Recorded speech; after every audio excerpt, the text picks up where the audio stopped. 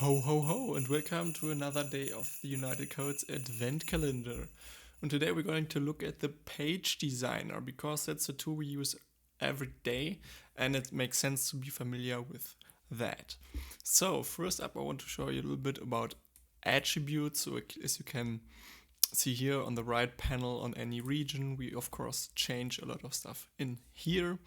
And one thing is this button here, so you can actually collapse all other things other than the ones that we want to see. Next thing is actually the search. This is super powerful. So for example, if you want to change the template on many, you can search for it.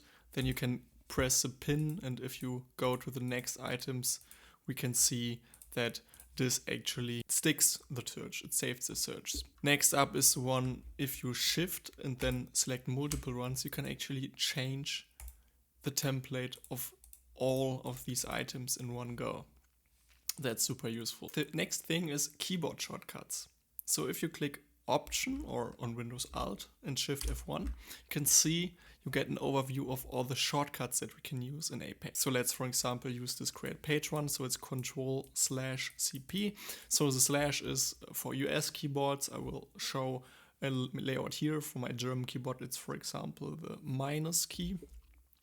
So let's press Control minus, and you can see in the bottom left, there's actually a pop-up here. And if I then CP for create page, we get the create page screen in here. That's nice. Also, one I like is, so if we, for example, go on here layout, and if we click Option F1, we will immediately go to the help screen, and that's super useful. The next one is actually something you should use a lot, and that's, for me, it's Control quote, or in German the umlaut.